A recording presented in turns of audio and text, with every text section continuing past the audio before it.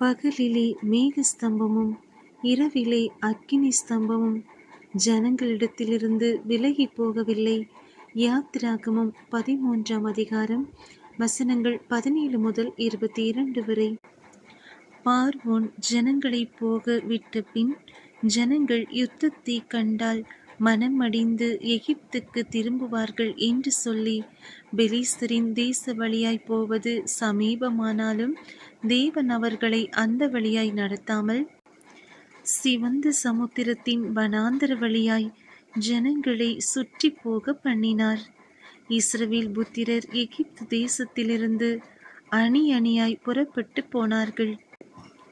மோசே தன்னோடே கூட யோசேப்பின் எலும்புகளை எடுத்து கொண்டு போனான். தேவன் நிச்சயமாய் உங்களை சந்திப்பார். அப்பொழுது உங்களோடே கூட என் எலும்புகளை இவ்விடத்திலிருந்து கொண்டு போங்கள் என்று யோசேப்பு சொல்லி இஸ்ரவேல் புத்திரரை உறுதியாய் ஆணையிடும்படி செய்திருந்தான். அவர்கள் சுக்கோத்திலிருந்து பிரயாணப்பட்டு வனாந்தரத்தின் ஓரமாய் ஏத்தாமிலே பாளையமிறங்கினார்கள். அவர்கள் இரவும் பகலும் வழி நடக்க கூடும்படிக்கு கர்த்தர் பகலில் அவர்களை வழிநடத்த மேகஸ்தம்பத்திலும் இரவில் அவர்களுக்கு வெளிச்சம் காட்ட அக்கினி ஸ்தம்பத்திலும் அவர்களுக்கு முன் சென்றார். பகலிலே மேகஸ்தம்பமும் இரவிலே அக்கினி ஸ்தம்பமும் ஜனங்களிடத்திலிருந்து விலகி போகவில்லை.